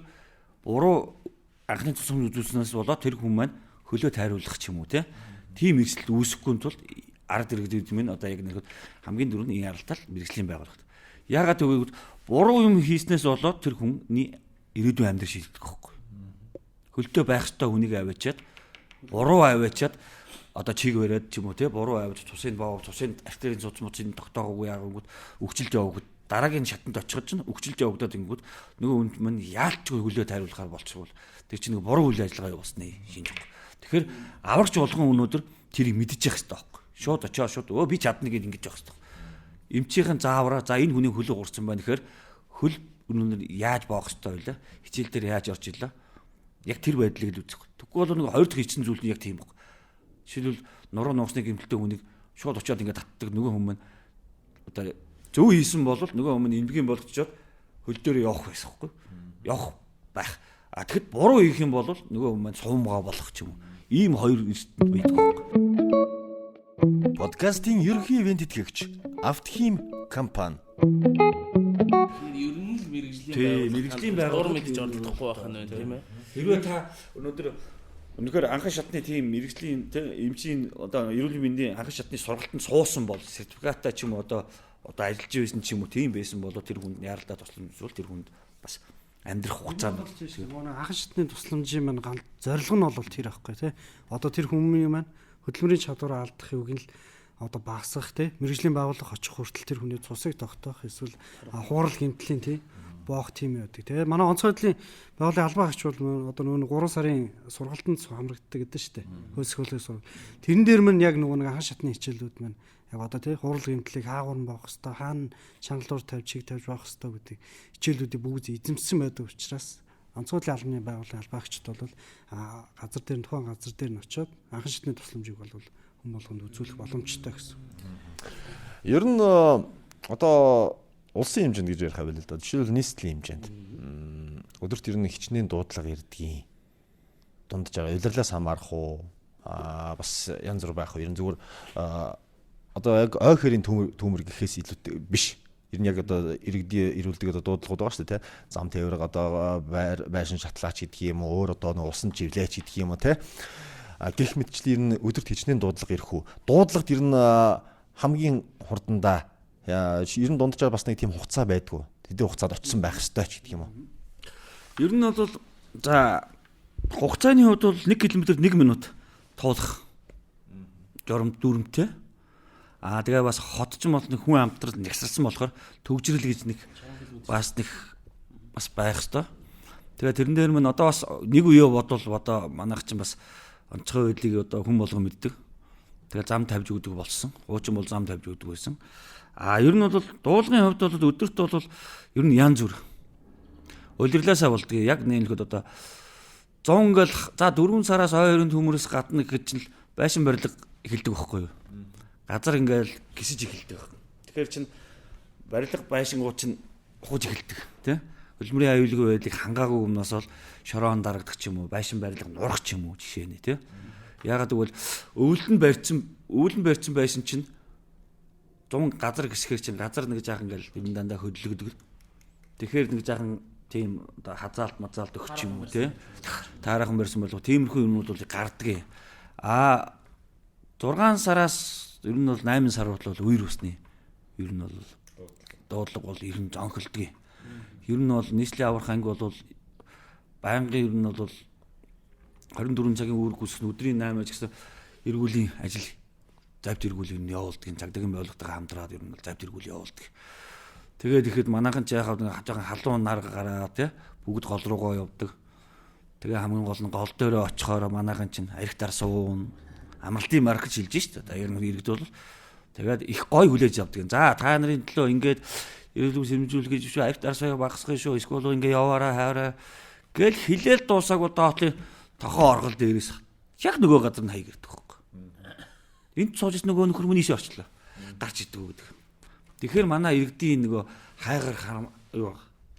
хайхрамжгүй байдал чинь. Хоёрдугаарт одоо нөгөө одоо ингээд ер нь бол миний нэг юм дотор л боддгийн судалгаа ингээд хараа хяналтгүй хүмүүсийн нэг дийлийнх нь нэг за нэг 8-аас нэг 12 насны дандаа тийм хүмүүс нэг хараа хяналтгүй.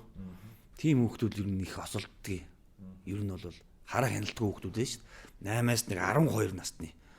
Ягаад гэвэл эдгээр чинь яг уу нэг дөрөгцөн хүмүүс байдаг чинь бөөнөрөө тоглож байгаа гол руу явъя явчихдаг. Эцэг их нь одоо ажил төрөлтэй байждаг. Тэгээ байж гол руу явъя гэдэг. Яасан мэдэхгүй нөгөө 8-аас 12 насны ч юм аа тий 14 нь болохоор арай гайгүй байгаа. Тайлбарлаж хийх чадaltaй. Одоо яас хэдүүлээ явсан ийс ингэр тэгж явсан ингэж явсан тийм өмстэй явсан. 8-аас 12 насны хүмүүс ч юм болохоор тайлбарлаж хийх чадлаа. Анхны мэдээлэл чинь хогчоос эхлээд авдаг байхгүй юу. За хэдүүлээ явсан. Ямар хөвцтэй явсан тий? Яг хаана орсон гэдэг ч юм уу. Хаанаас явсан гэдэг ч юм уу. Тэгэхээр тэр хүмүүс маань нэг жоохон тайлбар хийх чадлаггүй нэг жоохон айдаг насны хүмүүс байгаа байхгүй юу. Тэрнээс дээшгээ болохоор хүмүүс чинь тайлбар хэлж идэг. Бид нар тэгж явжсэн ингэж явжсэн. Ийм хөвцтэй явжсэн гэдэг. Тэгэхээр тийм насны хүүхдүүд них ер нь жоохон онцлог нь усанд жоохон эндээд өртөмтгий эндээд идэх байхгүй. Тэгээд ер нь бол дээшиг ингээд явхад бол ер нь голын ингээд айсаа газар манайхан чи яг та голол гэж харна уу гэсэн хаана үнзгий байдгийг те хаана нь юу байдгийг хэцүү байдгийг одоо ус чин дотроо бас их олон янз шүү дээ нөгөө бассейн ус ч өөр одоо нурсал ус чинь өөр тэгээ дээр нь одоо яг нэг усанд орж байгаа хүмүүс манайхан яг гол дээр баах идэж ууж байгаа л жоохон халуузаад ирэнгүүтээ л ус руу ордог. Тэгэхээр нөгөө гидсэнд байсан нөгөө юу ч ингээд хүний бие чинь ингээд хүд ус руу орохоор барьдаг шүү дээ. Тэгэхээр нэг жоохон огддог. Тэгэхээр амьсгаа авах хэрэгтэй болдог. Гарч ирэхэд тэгээ огцсон байдаг. Тэгэл тэр чинь нөгөө огсон амьсгаа авах хоёр чинь давхцсан. Тэгэхээр сандрал үүснэ. Сандрахаар би чангана шүү дээ. Тэгэхээр яг хүн маш хурдан хөдлөн шүү дээ. Маш хурдан хөдлөн мэдээж ингээл эрг рүү ч юм уу матсан. Тэгээ урсгал цохиулаад ингээд мэдээж явна шүү дээ. Тэгээд явж байхад нөгөө барьцсан байсан юу чинь аандаа ингээд нөгөө шүрмэс агшаад ирдэг байхгүй. Шүрмэс агшаад ирнэ. Ядарч байгаа гэсэн үг байхгүй. Ядралт явж. Мэдээж та бид ингээд ядраад тэгэхээр шүрмэс татдаг шүү дээ. Тэр чинь л байгаа байхгүй. Яг гол одоо усан живдэг одоо шалтгаанууд нь бол түүнээс биш би өнөөдөр хараагийн гол ч юм уу ерөөгийн гол ч юм уу сэлдэг байсан гэл хүмүүс ингээл ордог шүү дээ. Тэр юм зориулт нь л тийм байхгүй. Сайхан уулаа идлээ. Сайхан задгаланд орно шүү дээ. Ер нь бол усан сэлдэг хүн бол нэг иддэг үйдтэй шүү дээ. Уул нь бол ягаад гэвэл сайхан сэлээ явж идэг амьсгаа авах гээд хүчтэй амьсгаа авах гээд уушгаад үрэх гээд ингүүт жоохон огддог байхгүй. Эзэн нөгөө хоолоороо тэгээ гуйлгна гэдэг байхгүй. Тэгээ гуйлгна тэр хоёр чинь амьсгаа авах хоёр чинь давхцсан. Тэгэхээр чинь нөгөө хүний нөгөө хөжил төрөс дутагдаад байна шүү дээ. Тэгэхээр хүн сандарч эхэлнэ. Тиймэрхүү юмнууд байна. Тэгээд яг хөө нийслэлийн аврах ангийн хувьд бол ер нь бол янз бүр улирлын чанартай одоо өндрийн аврах ажиллагаа гэж үүдгийг. Өндөр тэгвэл барилга дээрээс хүмүүс унах гэж байна ч гэдэг ч юм уу те. Амиа орлох ч байна гэдэг ч юм уу. Ер нь амиа орлохын юм дандаа нэг шалтгаантай байдаг. Нэг согтуу хүн бол шууд гүйцэтгүүлнэ. Согтуу хүн бол айлах гад удлаа ингээд ахтуу амарсадангаа ингээд байргаад бол байна. Одоо амьдралдаа гутцсан ч юм уу, гундарсан ч юм уу ер нь бол хүмүүс их байна. Янз. Тэр болгоны чинь одоо яг очиж нөгөө арга техник гэж байдаг байхгүй юу? Шууд очиод одоо онцгой байдлыг нь очиод ваа гэж хүн чинь нэг эцэн хүн аална гэж үсэрчдэг хүмүүс байдیں۔ Түүнээс биш яг очиод нэг хотлоо айлах гал нэг жоохон архины халуунд те ахтуу амарсдан авгаа хөхтэй айлах гад гэдэг усуд байдیں۔ Тэр болгоныг хамгийн гол нь бүлгийн дараа судалж үзэх хэрэгтэй байхгүй. Доороос асуугаад ирэхэд аандаа мэдэгддэг. Ямар учраас чи ингэсэн бэ гэдэг үг чинь аандаа мэдэгддэг байхгүй. Би ингэлээ тэглээ. Тий. Яах үхчих шүү, ойрлоо шүү гэл. Тэгэхэд үсрэхээр үсрэхгүй. Тэ?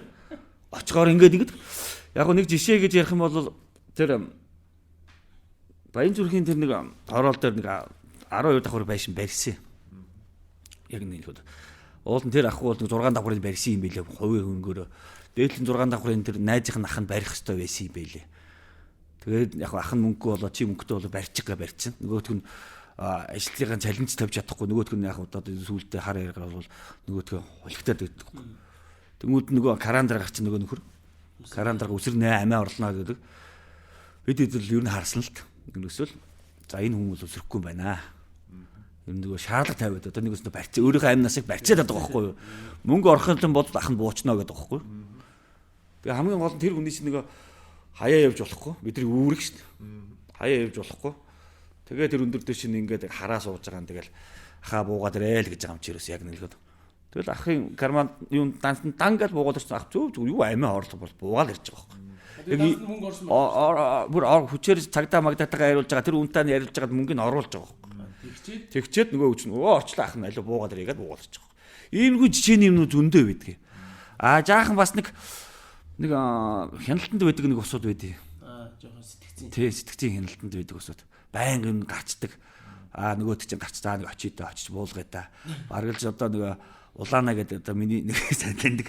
Тий, танил би. Байнга гарцнаа гарсан. За ахын та буугаад ирээ. Өдөр жоохон хобби тоо. Өдөр тоглоё гэл. Та эртнэ үү гэл тэгээл нөгөө ах уу гэл гэдэг. Тэгэл тиймэрхүү усуд байдгийг яг өндрөөс ингээд яг бүр аргачлалтай болсон биз дээ тий. За тэгвэл энэ бол одоо нийслэлийн хэмжээнд байх нь. Одоо улсын хэмжээнд гэдэг рүү яриад байгаа шүү дээ тий. агаараас аврах ажиллагаа ер нь улиралдаа сардаа хичнээн дуудлаганд явах уу? За яг ерөнхийдөө улсын хэмжээнд ойрын төмөр болоод юу ч бол яг улирлын чанартай шүү дээ. Одоо нэг дунджаар жилд нэг одоо нэг 30-аас 40 ойрын төмөр гардаг ч юм уу те. Тийм яг манай салбарын хэмжээнд гэх юм бол жилдээ дунджаас нэг ерөнхийдөө 20 орчим одоо ой хэрийн төмрийн дуудлага шүү дээ. Зөвхөн ой хэрийн төмрийн дуудлага гэхтэл 20 орчим тийм дуудлагаар үрг гүйцэтгэдэг. Тэгээд дээрэс нь одоо нэг 90 ах ажиллагааны чиглэлээр их юм бол жилдээ нэг 3-аас 4 ч юм уу. Тийм янз бүр байдаг. Одоо чинь хамгийн сүүлд гэх юм бол 2018 онд баха тийм нөгөө цохны отгон тэгрийн ослол дээр одоо яг тий одоо яг сүүлд зүгээр яхад хамгийн том явагдсан одоо аграс ирэх харбах ажиллагааны одоо юмд тэр ээж байгаа. Ойрын төмрийн хувьд гэх юм бол бид чинь бас улстай их бас Оросын холбооны улсад бас ойрын төмөрт бас явж үүрэг гүйцэтгэж ирсэн тийм. Ерөнхийдөө иймэрхүү ой хэрийн төмөр болоод ирэх ажиллагааны одоо манай салбарын хувьд бол иймэрхүү дуудлагатай байдаг гэж хэлнэ. Тэр агарын гиснээс ганц үхийн хувьд бол хэд удаагийн өсрэлтэй байгаа нэрэ? За би 370 гараал тэгэл ер нь бол Тэр завсарласан гэж. завсарлаа нэг сургууль соёл моёл гэлээс одоо сүүлд нэг 9 уулаа одоо сая бол 9 уулаа тийм. Тэгэхээр цөмөрөө баахан агаараар одоо нислээ шүү дээ. Одоо ус руу шомпох уу гэдэг байгаа. Хин ганц үхийн хувьд болохоор усны талдаа бас нэлээд ажилласан. Нэг хэсэг чинь газар уснаа явагч юм шиг, газарнаа явагч юм шиг, 3 нутагтай юм шиг байгаад шүү дээ. Тэр талаар яг сая бол яг усны талаар ирсэн нэлээд дэлгэрэнгүй гоё яриач орж иж ш тэр юу гэдэг. Яг хүн уснаас одоо юунаас болж живдгүүгээ түрүү ярьлаа. Тэгэхээр юу юм дээр анхаарах уу? Хүнийг уснаас хэд удаа орж ийсэн гэл яг усныхаа талаар түрүүнийхээ ярьснаас өөр юм яриач. За яг би миний хувьд бол хүмүүс яг ингэж асуудаг. Одоо хэдэн хүний амнаас авсан гэж асуудгийг. Би яг тэд гэж ер нь өөрөө хэлэх дурггүй. Жишээлбэл одоо юу гэдгийг та нарын эмчтэй очил та одоо хэдэн удаа хүнийг эмчилсэн гэж асуудаггүй шүү дээ. Багш гэж юу гэдэг нь та яг хэдэн шавьтай вэ гэж асуудаггүй шүү дээ. Багш нар нэг тоо хэлдэг багцаагаар л дээ. За би тэдэд нэг шавьтай даа гэл. Миний хувьд бол бас нэг хүмүүс надаас баян гаш яг хэдэн хүн аварсан, яг хэдэн хүн амнаас аварсан гэж байна. За багцаагаар бол нэг 5-600 гарсан бах уу гэж боддөө шүү дээ яг нэг л бол.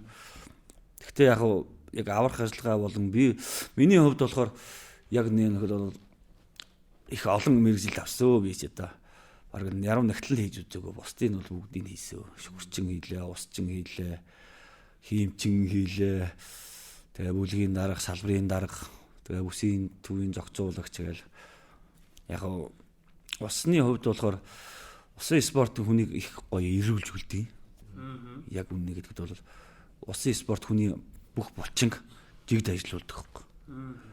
Тэгээ миний яг дотор хувьд бодгийн удаа цаашдаа юу болох юм байгаа. Хэрвээ офицер хүн бол шүхрээ буудаг байх хэвээр. Усанд асуудалгүй шилдэг байх хэрэгтэй. Гүүж хараадаг л байх хэрэгтэй. Бусдын бол дадлага туршлагаараа суур шүү дээ. Энийг бол ер нь би өөрөө их ирмэлзэлтэй. Хэрвээ офицер юм бол өдөрт галбын төшин бол сэргүүдэд дагуулаад усанд асуудалгүй шилдэг байх хэрэгтэй. Шүхрээ асуудалгүй буудаг байх хэрэгтэй. Асуудалгүй 10-30 км ч юм уу хэдэн км газар алхдаг байх хэрэгтэй. Ийм хүнийг л би одоо яг чистнэ офицер л гэж ойлгоод байгаа шүү дээ.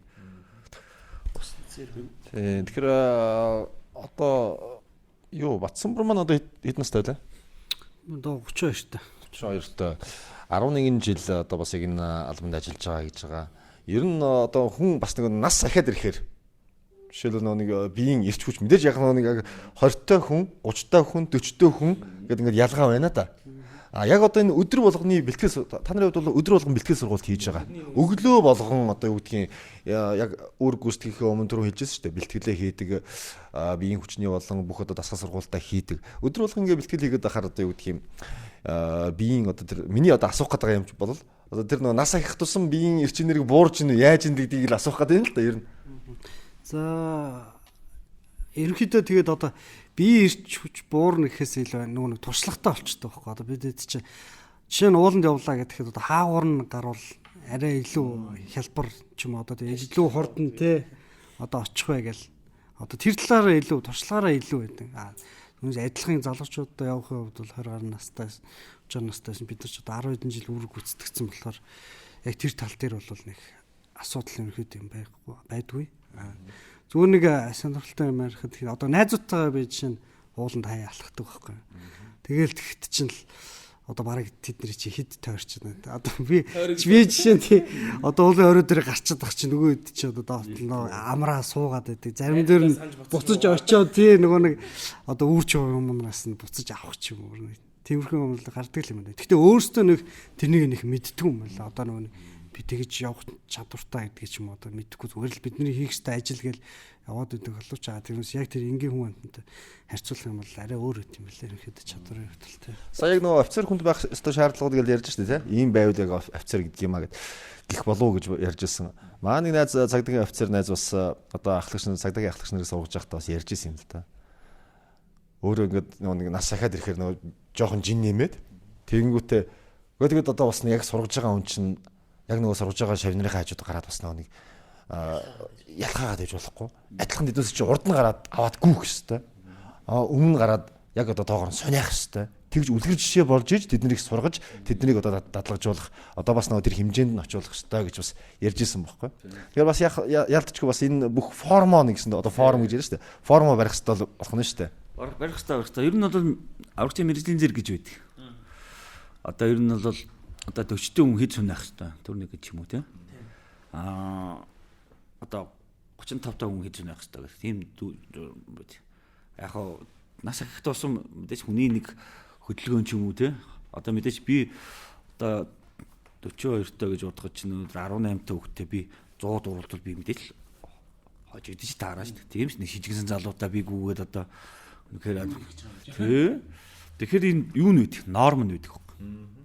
Норм. 40-тэй хүн идэг үү гэхтэй. Тэгээд норм хэлчихвэл одоо манайхан ч бас нэг сүнэд челленж байлэнж гэдэг байгаа шүү дээ. Тэгэхээр би бас онцгой байдлын офицерын ч юм уу эсвэл би яг офицерын зиндаанд сүнэд гэж насандаа гэхэд гэж бас хүн нэг юу зоригтой ойлгоо шүү дээ. Одоо чи наснасаар нь та хэлээч. Тэр бол цэргийн нууц шүү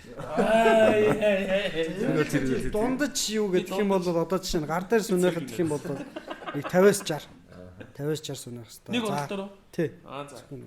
Гэхдээ одоо юуны ч юм болохоор нөгөө юутай болсон. Хугацаатай болсон. Одоо тэдэн секунд нь тийх хэвээр гэдэг одоо тийм болсон. Тэгээд дээрэс нь турникэнд одоо нэг доотлол нэг 18 ч юм.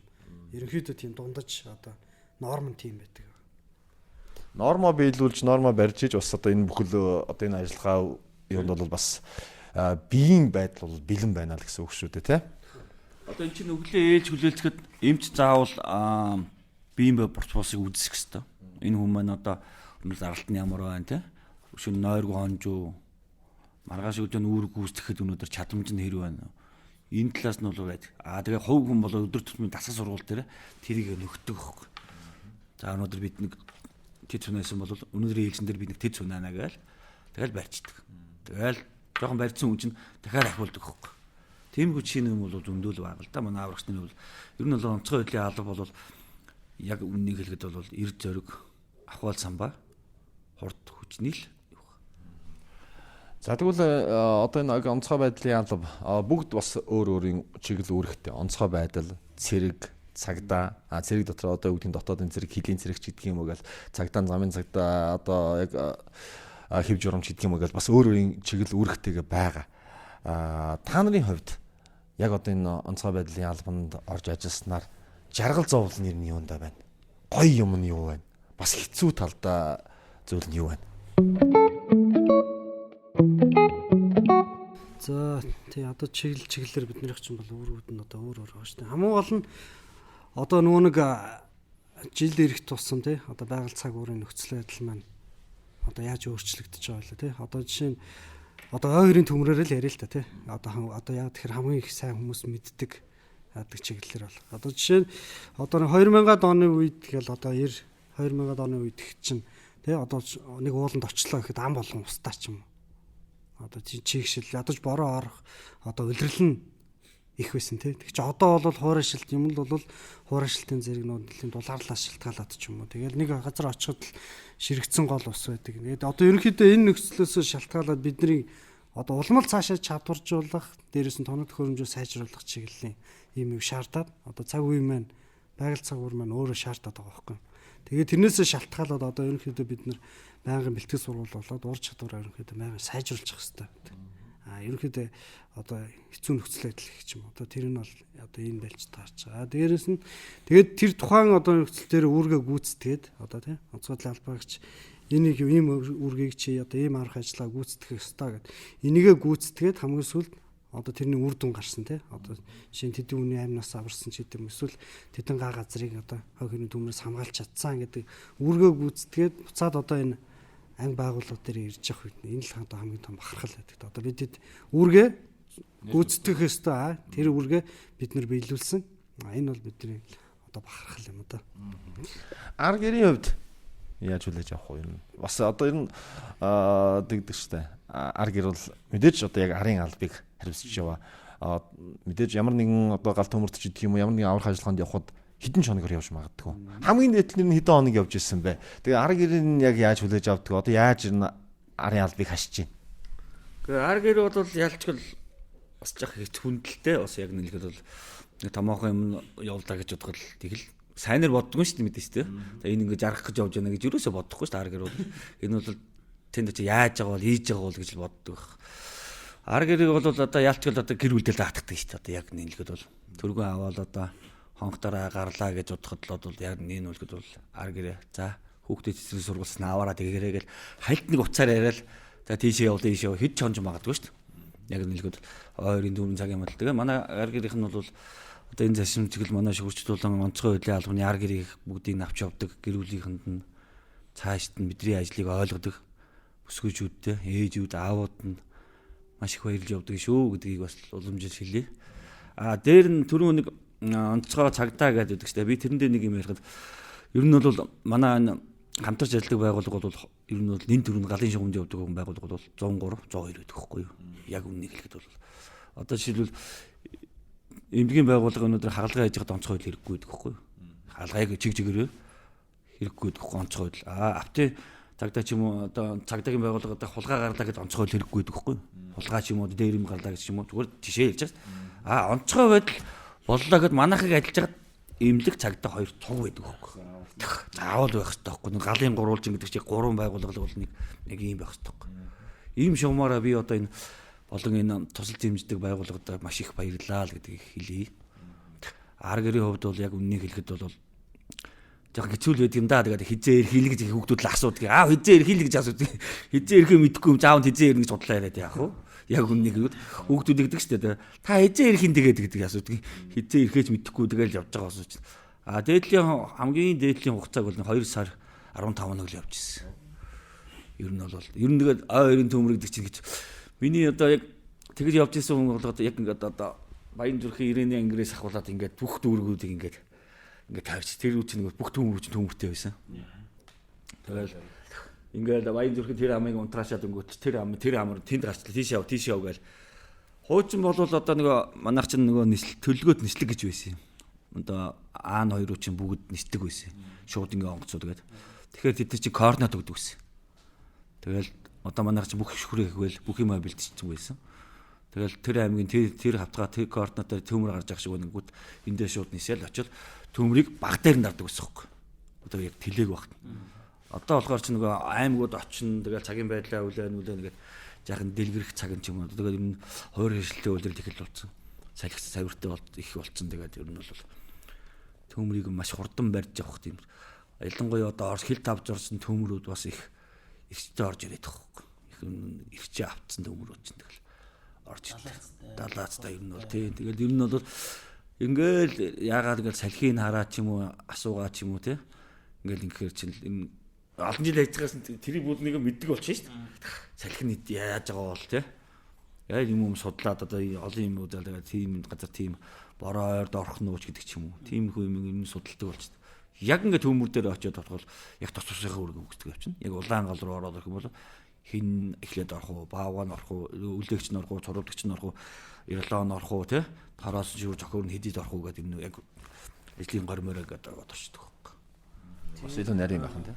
Тэгэхээр нөгөө та хэд бас гал унтрахад тактик байгаа бах, уснаас хүн аврахад тактик байгаа бах, янз бүрийн л нөгөө тактикаар л ажилдаг бах тий. Энд чинь нөгөө яг нэг онцгой байдлын байгууллага чинь одоо яг одоо аливаа нэг гамшигчин одоо юу гэдэг нь те яг дүрмийн дагуу гэхээр зөвлөө нөхцөл байдлаагаа уялдуулж ажиллах нь одоо шийдвэр гаргахтаа цагийн байдлыг яг үнэлж идэг хөхгүй. Одоо жишээл очоод яг тийм салхитай гэнгүүт салхийг бариад яг тийм салхитай байна гэж хүн хизэж байж болохгүй. Байгаль цаг уурыг бол хинт загарч чадахгүй. Шал өөр байдаг. А яг унтраах одоо явган дүүмөр те шуурган дүүмөр эдний чинь бол яг унтраах тактик гэдэг чинь бол хичээл дээр ордог байхгүй. Аль үдэнд хэрэг зураг тавих уу те зураг тавина гэдэг чинь бас салхи харна. Аль үдэнд могоо зураг тавих уу, аль үдэнд те юу саран зураг тавих уу. Эдгээр чинь бас тактик ер нь хичээлүүд дээр өөртөө ороо явчихдаг. Тэгээ гуу жалгар руу орвол яах вэ? Уу жалгар руу орох чинь агарын салхи яаж орж ирэх вэ? Тэгээд чинь бүр нарийн л да уулнууд хичээл сургалт бол онцгой байдлынхны тэмцээн уралдаан гэж олон улсын юм болдгоо. Тэрэнд манайхан хэр оролцдгоо. Техник эзэмшилтээрээ байхдггүй эсвэл биеийн хүчний чадлаараа байдаг. Одоо чинь Америкийнх, Оросынх гэдэг нэг бие буруу санааг бол техник ирж тагнуулын нөхдүүд ирж нэг сургалт хийсэн чинь монголчууд үнэхээр айхтар юм аа. Биеийн хүчний чадлаар бол үнэхээр амар юм байна. Зүгээр тоног төхөөрөмжл муутай байна гэж хэлчихэд явсан байхгүй Америкчууд. Тэр яг энтэй адилхан тиймэрхүү тэмцээнд оролцохоор манайхан биеийн хүчээрээ авч гардггүй ямар юм байдгүй тийм байдгүй. За миний хувьд бол 2003 онд энэ Орос улбаны улсуудын эмчээсийн одоо олон улсын тэмцээнд орж исэн. Тэгээд Челябинскт очиод орчихсон. Тэнд бол яг 2003 он шүү дээ. Онцгой дөнгөж гамшигтай тэмцэх байгууллага анх болгож ирсэн.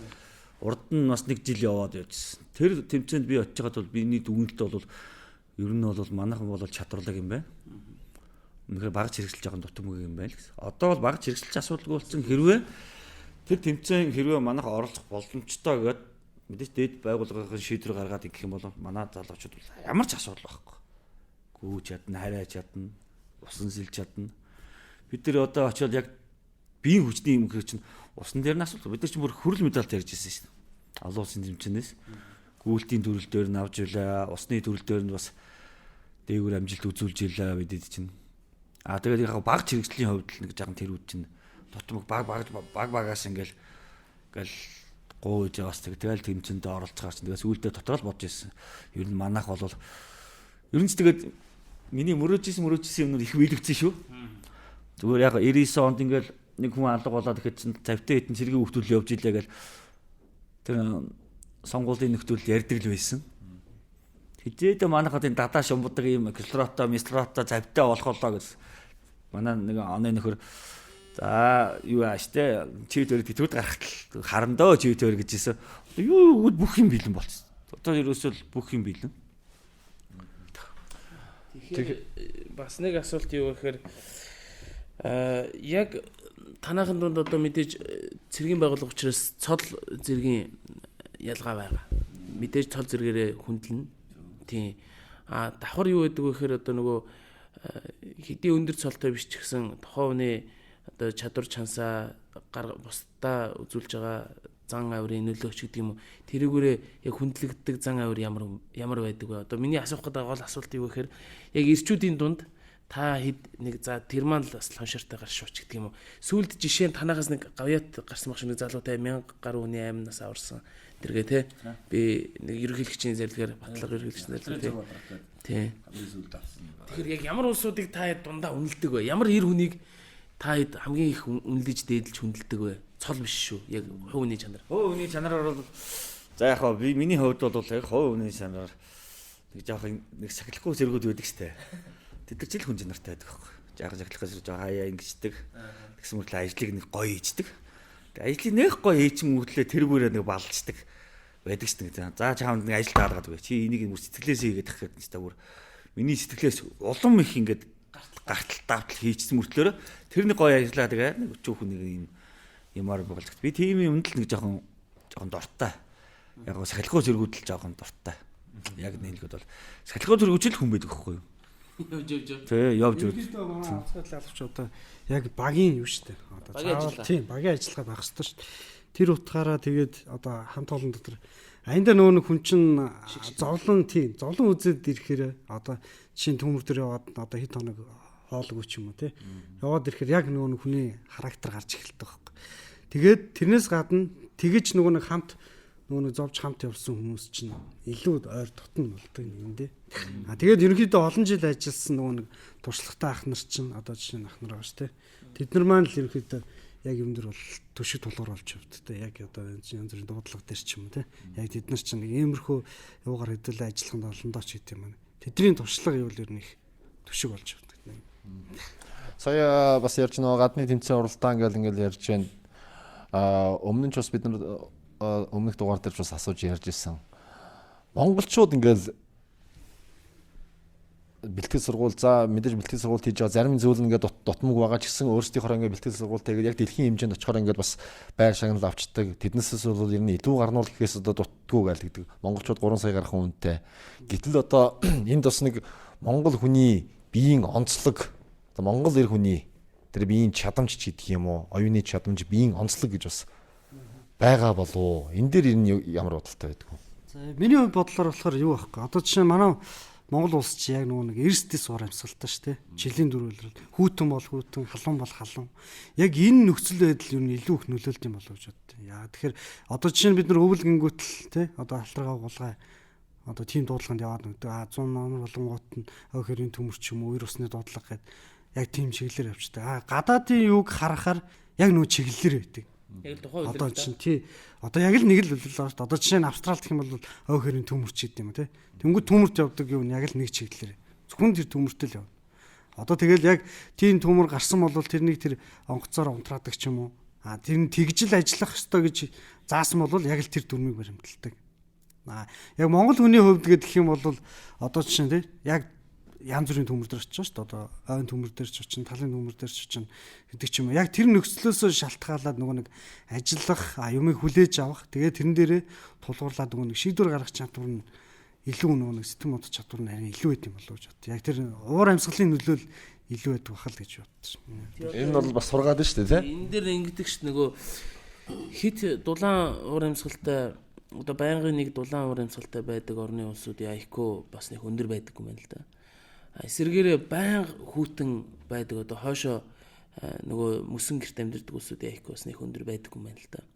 Тэг ямар газрын улсуудын IQ өндөр вэ гэсэн чинь тэмцэлтэй газрын хүмүүсийн IQ өндөр гэж байхгүй. Бидэнд бол байглаас өгсөн тэмцэл байгаа байхгүй. Дөрөв үлрэл те 100 болохоор яг халууцсан мах өмхөрн. За өвөл болохоор яг хөлдөж өгөхгүй байхыг хичээн. Хавар намартай ямаа сайн бэлтгэхгүй бол одоо яадаг чинь те. Нэг хоёрдугаар тус манай нөгөө грац байд юм лээ. Тэр юу гэхээр хүний тарих нэг 22-оос нэг 24 градусд хамгийн сайн ажилтг юм уу та. Тэгээ манай орны дундаж градус ер нь тэр хавцаа байгаа байхгүй. Тэгэхээр бас яг энэ юмнууд бидэрт их нөлөөлдөг юм шиг байлаа.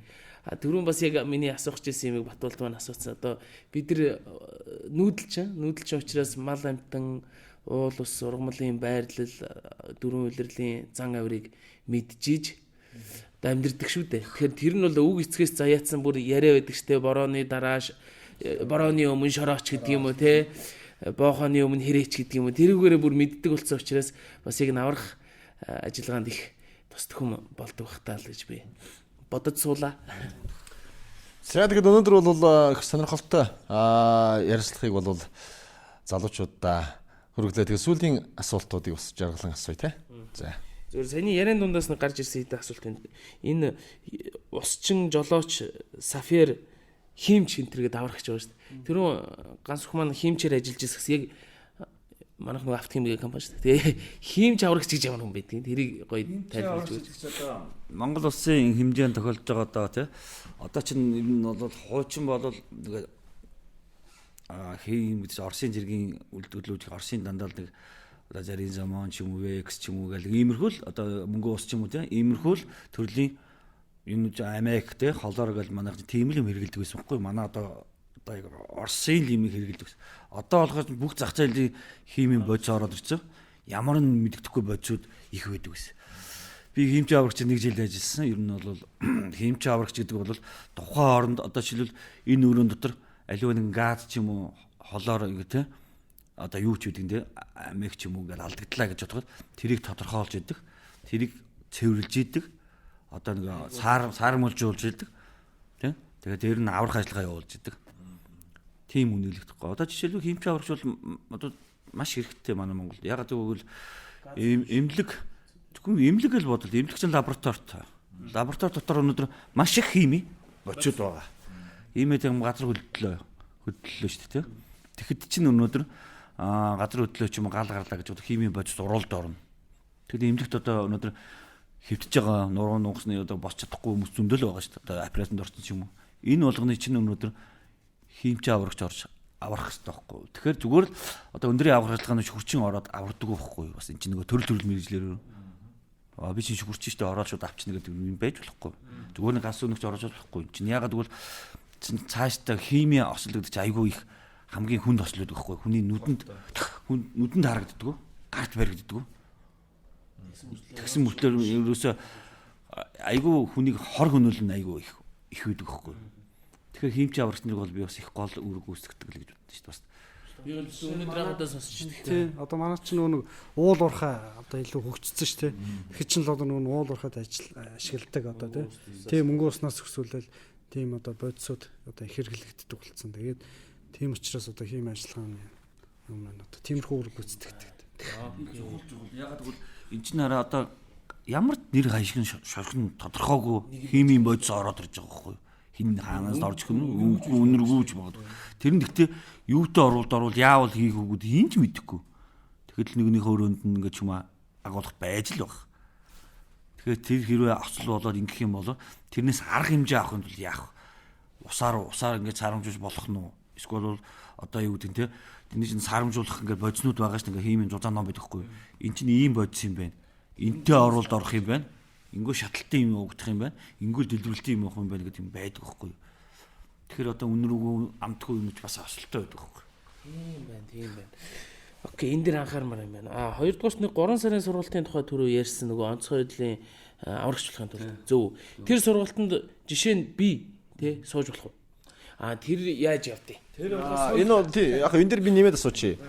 Яг бүр онцгой байдлын албан хаагч болох гэж очиж байгаа хүмүүс байна тийм ээ. Зүгээр энгийн одоо залуучууд бас нэг анхан шатны мэдлэгтэй болъё. Өөрийнхөө мэдлэгийг бас нэг тэлье те. Бас нэг юм сураад авъя гэж бодож байгаа хүмүүс бас очиж сурж болдго юм уу?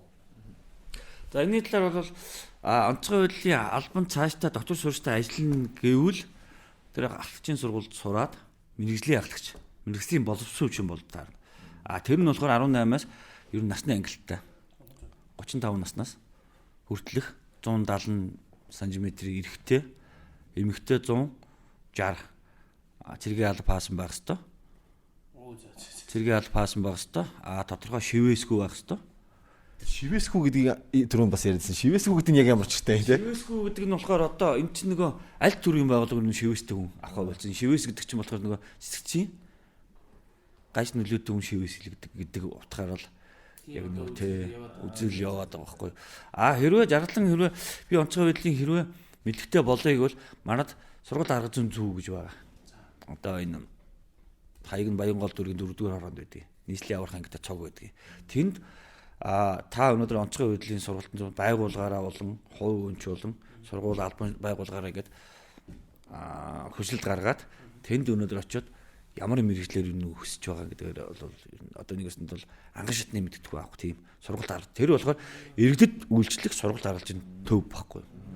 Тэр ахлагчийн сургууль болохоор цаашид мэрэгжлийн болсон тогтвор суурьтай ажиллах мэрэгжлийн болсон хүчин болох ахлагчийн бүрэлдэхүүн оруулах тийм албаа гэсэн. Бас хууль сахиулагын сургууль 4 жилээр бакалаврын сургууль байгаа. Төгсөөд офицер болох тийм юмуд бол байгаа. За окей. За тэгээд өнөөдрийн дугаар маань подкаст маань магадгүй одоо яг таныг бидний сонсож байгаа залуучуудад дараагийн өдрүүдэд хүрж байгаа. Гэхдээ яг бидний өнөөдөр энэ подкаст ярилцж байгаа энэ өдөр бол 5 дугаар сарын 25 буюу нисхийн баярын өдөр. Тэгэхээр нисхийн баярын өдөр гэж би бас яагаад тодтоод нэхэр өнөөдрийн зочд бол бас нисгэгч шүү дээ. Одоо шүхрээр нисэж байгаа нисгэгч шүү дээ. Тэгэхээр та нартаа бас дахин баярын мэнд хүргэе. Нийт одоо онцгой байдлын ерхий газрын бие бүрэлдэхүүний нийт албан хаагч одоо эрдэлхийг залуучуудаараа бас бид нар өргөлж бахархдаг шүү. Тэгээ та нартаа бас ажлын амжилт хүсье гэж миний зүгээс хэлье. За тэгээд өнөөдрийн ярилцлаганд хүрж иж оролцсон та бүхэндээ баярлалаа. Хол харж хол явнаа.